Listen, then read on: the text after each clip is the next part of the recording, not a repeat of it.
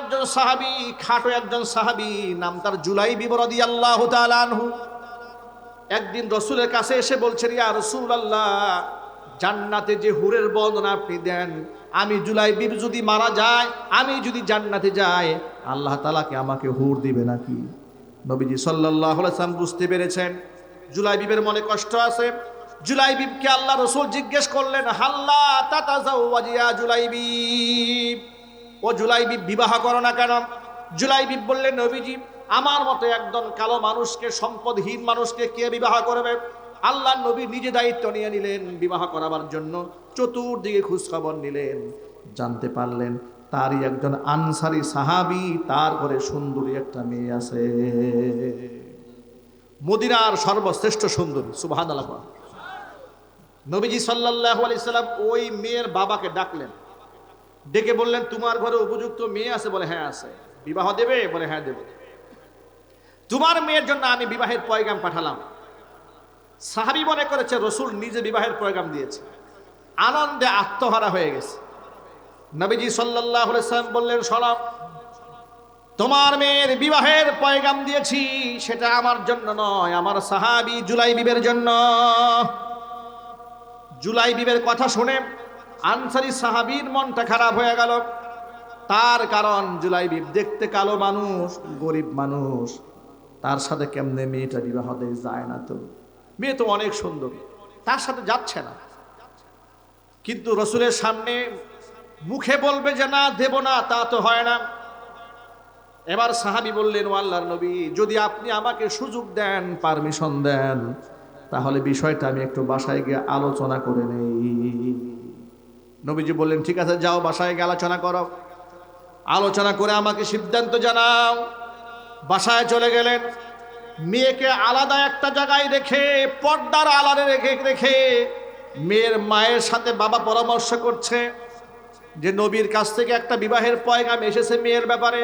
মেয়ের মাও তো প্রথম মহা খুশি হয়ে গেল, রসুলের পক্ষ থেকে পয়গাম এসেছে, এটা আমাদের জন্য পরম সৌভাগ্যের বিষয়।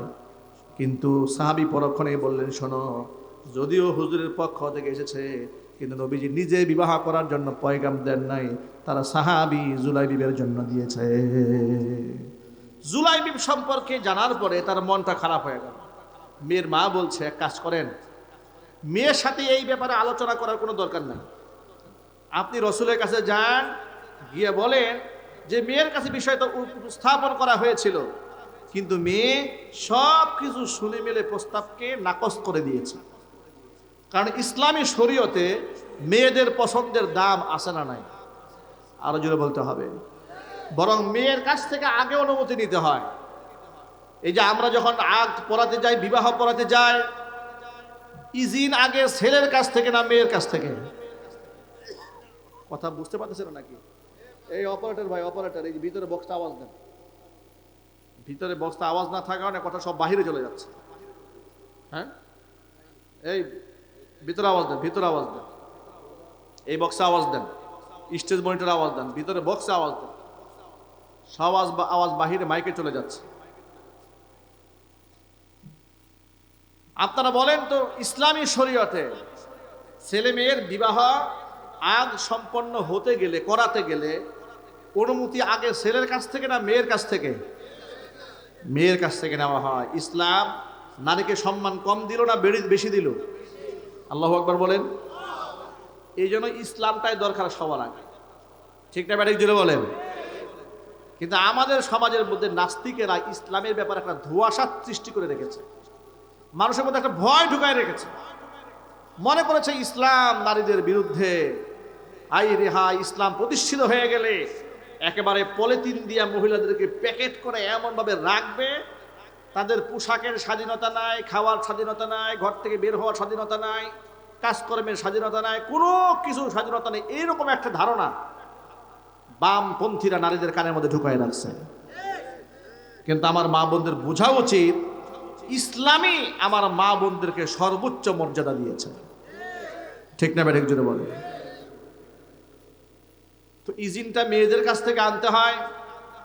মেয়ের মা বলছেন, আপনি যান, নবীজি সাল্লাল্লাহু আলাইহি ওয়াসাল্লামের কাছে চলে যান, গিয়ে বলুন মেয়ে রাজি হয় নাই প্রস্তাবে। এই কথোপকথন যখন হচ্ছে, মেয়ে আড়াল থেকে সব শুনে নিয়েছে। বাবা যখন ঘর থেকে বের হয়ে যাচ্ছে নবীজি সাল্লাল্লাহু আলাইহি ওয়াসাল্লামের কাছে গিয়ে বিয়ের প্রস্তাব প্রত্যাখ্যান করতে, এমন সময় মেয়ে বাবাকে ডাক দিয়েছে, বাবা দাঁড়ান, কোথায় যাচ্ছেন, কার কাছে যাচ্ছেন, কিসের প্রস্তাব প্রত্যাখ্যান করতে যাচ্ছেন আপনি? আপনি আল্লাহর নবীর দেওয়া প্রস্তাব পয়গাম প্রত্যাখ্যান করতে যাচ্ছেন, অথচ আল্লাহ তাআলা কোরআন শরীফে আয়াতে কি বলেছেন আপনি কি পড়েন নাই? সূরা আহজাবের 36 নম্বর আয়াতে আল্লাহ বলে দিয়েছেন, ওয়ামা কানা লিমুমিনিন ওয়ালা মুমিনাতিন ইযা কাদাল্লাহু ওয়া রাসূলুহু আমরা আন ইয়াকুনা লাহুমুল খিয়ারাতু মিন আমরিহিম ওয়া মান ইয়াসিল্লাহা ওয়া রাসূলাহু ফাকাদ দাল্লা দালালাম মুবিনা। আল্লাহ তাআলা বলেন, কোন বিষয়ে যদি আমি আল্লাহ এবং আমার রাসূল যদি কোনো রায় দিয়ে দেয়, মতামত দিয়ে দেয়, পৃথিবীর কোনো ইমানদার নারী পুরুষের ওই মতামতের মধ্যে নিজের ব্যক্তিগত মতামত দেওয়ার কোনো অধিকার নাই। ওয়ামাইয়াসিল্লাহা, যদি কোনো ব্যক্তি আমি আল্লাহর সিদ্ধান্তকে অমান্য করে, ও রাসূলাহু, আমার রাসূলের সিদ্ধান্তকে অমান্য করে, ফাকাদ দাল্লা দালালাম মুবিনা, সেই ব্যক্তি সুস্পষ্ট গুমরাহ হয়ে যাবে। মেয়েটা বলছে, আব্বা জান, আপনি নবীজির কাছে যাবেন, গিয়া বলবেন, হে আল্লাহর নবী, আপনি আমার মেয়ের জন্য যে প্রস্তাবটা দিয়েছিলেন, আমার মেয়ে হাসি মুখে সেই প্রস্তাবখানা মেনে নিয়েছে। পর্দার অন্তরের মা এবং বোনদেরকে লক্ষ্য করে বলছি, মায়েরা, বোনেরা, দ্বীনকে প্রাধান্য দিবেন সবার আগে। আল্লাহর নবীর সিদ্ধান্তকে প্রাধান্য দেন, আল্লাহ পাক দুনিয়া আখিরাতে ইজ্জত বাড়ায় দেবেন। কিন্তু আমাদের মধ্যে দ্বীনের প্রাধান্য নাই, আমাদের মধ্যে দুনিয়ার প্রাধান্য সবার আগে। এই সমাজের মধ্যে অসংখ্য মহিলারা আছে, স্বামীকে 4 পয়সার দাম দেয় না। ঠিক না ব্যাটিক জোরে বলে? মানিকগঞ্জে মনে হয় এরকম হয় না, 4 পয়সার দাম দেয় না। ইদারিং বেশি ফেতনা ছড়াচ্ছে, স্বামীকে ঘরের কামলা মনে করে। আচরণ দেখলে মনে হয় স্বামী যদি শাসন করার জন্য একটা ধমক দিয়েছে ভুলে, কমপক্ষে 3টা ধমক রিপিট খাইতে হয়। ঠিক না ব্যাটিক জোরে বলেন? কি ফেতনা শুরু হয়েছে, কি ফেতনা শুরু হয়েছে।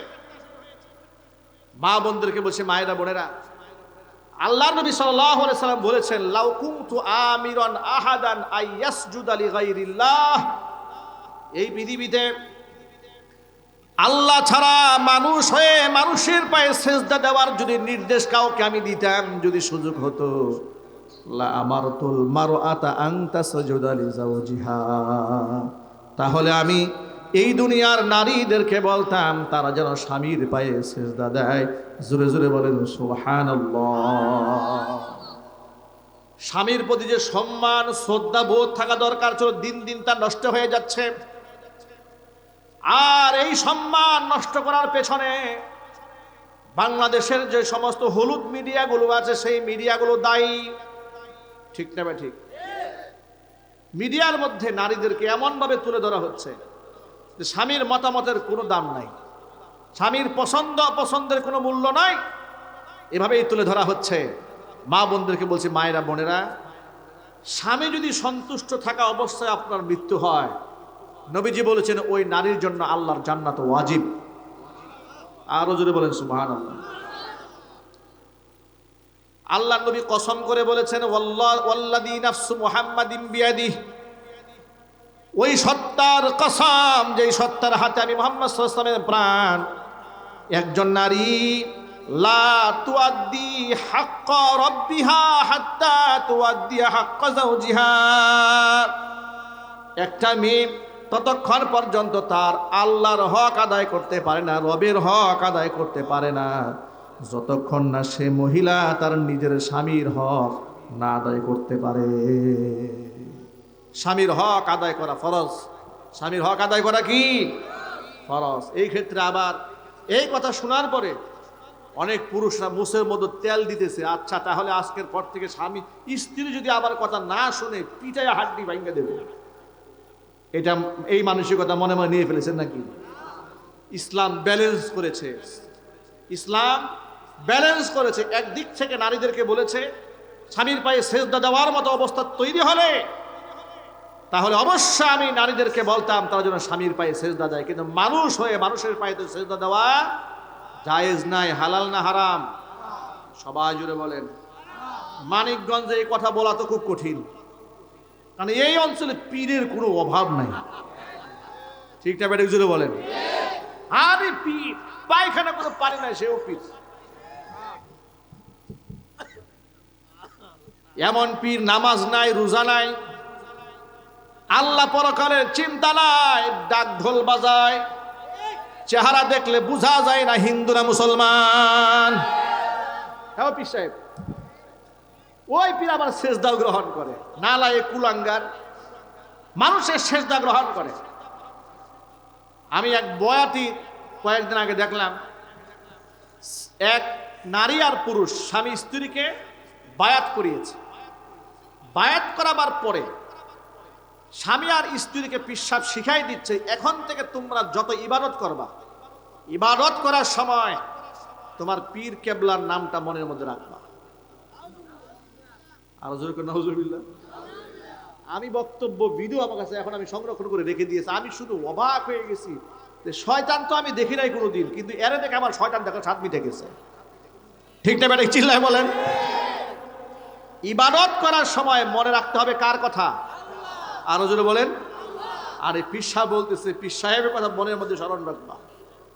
আবার পীর সাহেব পায়ের মধ্যে সেজদা গ্রহণ করছে।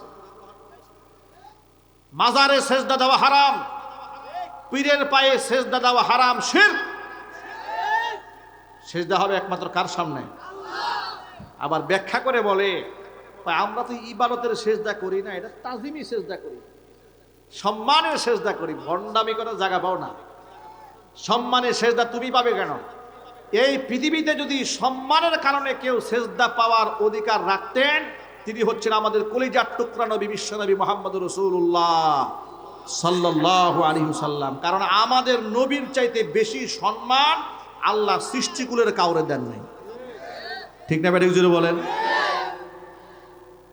লক্ষ লক্ষ সাহাবী, সোয়া লক্ষ সাহাবী আল্লাহর নবীকে কত সম্মান দিয়েছেন, কত ইজ্জত দিয়েছেন। রসুলকে তো সাধারণ মানুষের মতো ডাক দেওয়া হারাম ছিল। সুবহানাল্লাহ। এই যে আমরা বলি না এ আব্দুর রহিম, আব্দুল করিম, এই যে নাম ধরে সাধারণ ডাকাডাকি করি, নবীজি সাল্লাল্লাহু আলাইহি ওয়াসাল্লামকে এইভাবে নাম ধরে ডাকা জায়েজ ছিল না। সূরা নূর আল্লাহ হারাম করে দিয়েছেন, লা তাজআলু দুআ আর-রাসূলি বাইনাকুম কাদুআ ইবাদিকুম বাদা। একে অপর সাধারণ মানুষকে যেভাবে ডাক দাও, আমার নবীকে সেইভাবে ডাক দেওয়া যাবে না। ডাক দিতে হবে সম্মানের সাথে, ইয়া নবী আল্লাহ, ইয়া হাবিব আল্লাহ, ইয়া রাসূল আল্লাহ, ইয়া রাহমাতাল লিল আলামিন, ইয়া শাফিআল মুযনিবিন।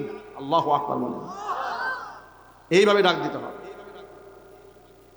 সাধারণ মানুষের মতো ডাক দিবারও দূরের কথা, আমার নবীর সামনে কথা বলার সময় উচ্চ আওয়াজে কথাও বলা যাবে না।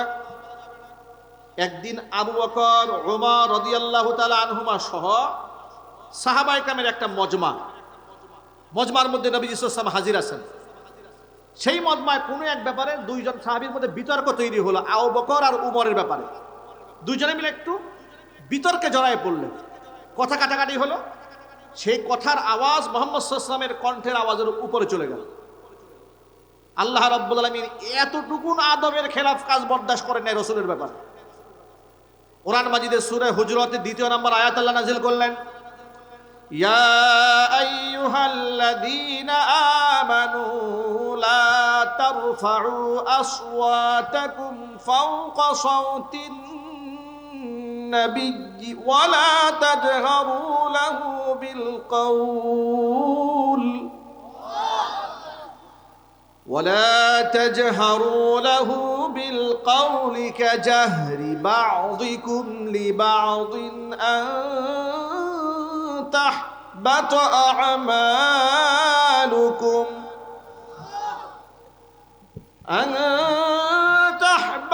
أعمالكم وأنتم لا تشعرون।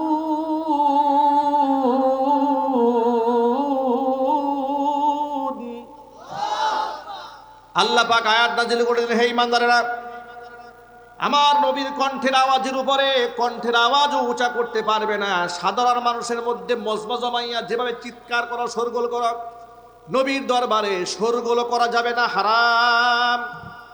মাথায় রাখবে এটা, শোরগোল যদি করো আনতাহাবাতু আমালুকুম, আমল নামা বরবাদ হয়ে যাবে। ও আনতুম লা তাশউরুন, তোমরা টেরও পাবে না। এই আয়াতটা নাজিল হওয়ার পরে সাহাবীদের মধ্যে এমন ভয় ঢুকলো, রসুলের সামনে কথা বলতে গিয়া আস্তে আস্তে কথা বলেন। আবু বকর সিদ্দিক কথা বলেন, রসুল আবার শুনতে পান না। হুজুর বলেন, আবু বকর কথা আপনি আবার রিপিট করেন, শুনি নাই। ওমর কথা বলতে গিয়ে এত আস্তে কথা বলেন, ভয়ে ভয়ে, ওই যে আল্লাহ হারাম করে দিয়েছেন নবীর কণ্ঠের আওয়াজের উপর আওয়াজ উঁচু না হয়। সুবহানাল্লাহ বলেন। এরকম সম্মান দিয়েছেন। সম্মানের একটা দৃষ্টান্ত আপনাদের শোনায়, আপনারা কি বিরক্ত হচ্ছেন? বেশি কষ্ট হয়ে যাচ্ছে? হুজুরের একজন আনসারী সাহাবীর নাম সাবিত ইবনে কায়েস রাদিয়াল্লাহু তাআলা আনহু। নাম কি? সাবিত ইবনে কায়েস রাদিয়াল্লাহু তাআলা আনহু। তিনি জন্মগতভাবে, তবিয়াতান, সৃষ্টিগতভাবে কণ্ঠের আওয়াজ ছিল দারাজ কণ্ঠ। ভাই, কিছু মানুষের কণ্ঠ দেখবেন যে খুব লাউডলি কথা বলে, ঠিক কিনা? যাদের কণ্ঠের আওয়াজ একটু দারাজ, লাউডলি কথা বলতে পারেন, তারা আবার বক্তৃতায় খুব ফার্স্ট ক্লাস থাকেন, ঠিক না ভাই? তো সাবিত ইবনে কায়েস উঁচু গলায় কথা বলতেন। এই আয়াত নাজিল হওয়ার পরে তিনি মসজিদে নববীতে নামাজে আসাই বন্ধ করে দিলেন। নামাজে আসেন না। নবীজি সাল্লাল্লাহু আলাইহি সাল্লাম সাবিত ইবনে কায়েসের খবর নিলেন, কি ব্যাপার? সাবিত ইবনে কায়েসকে পাওয়া যাচ্ছে না। সাবিত ইবনে কায়েস কোথায়? হুজুরের একজন সাহাবীর নাম ছিল সাদ বিন মুআজ রাদিয়াল্লাহু তাআলা আনহু। দাঁড়িয়ে বলেন, ও আল্লাহর নবী, আমি তো সাবিত ইবনে কায়েসের খবর জানি, সে কিন্তু অসুস্থ হয় নাই। হুজুর বলেন, অসুস্থ হয় নাই, আমার নামাজেও আসে না, কারণটা কি? একটু খোঁজ খবর নাও তো। সাদ বিন মুআজ চলে গেছে সাবিত ইবনে কায়েসের বাড়িতে। তিনি গিয়ে দেখেন সাবিত ইবনে কায়েস রুমের মধ্যে একে মাথা নিচু করে লজ্জিত অবস্থায় বসে আছে, মন খুব খারাপ।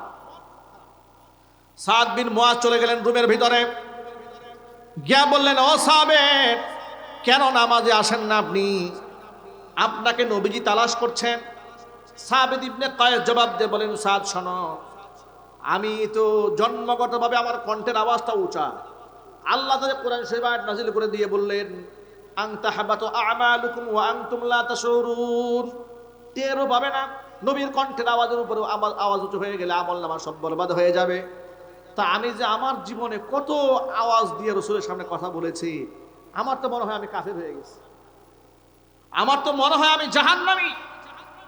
আমি চেহারা রাসূলের সামনে কিভাবে দেখাবো? আমি তো বিয়াদবি করে ফেলেছি। এই কথাটা নবীজি সাল্লাল্লাহু আলাইহি ওয়াসাল্লামের কাছে জানানো হলো। সাবিত ইবনে কায়েস লজ্জায় আপনার সামনে আসে না। নবীজি সাল্লাল্লাহু আলাইহি ওয়াসাল্লাম সাদ বিন মুআজকে সাবিত ইবনে কায়েসের বাড়িতে পাঠিয়ে দিয়ে বললেন, ও সাদ, তাড়াতাড়ি যা, সাবিত ইবনে কায়েসকে জানায় দে নবীজি সাল্লাল্লাহু আলাইহি ওয়াসাল্লাম সাক্ষী জানিয়েছেন, ও সাবিত, অবশ্যই তুমি আল্লাহর জান্নাতি। আর জোরে কোন সুবহানাল্লাহ।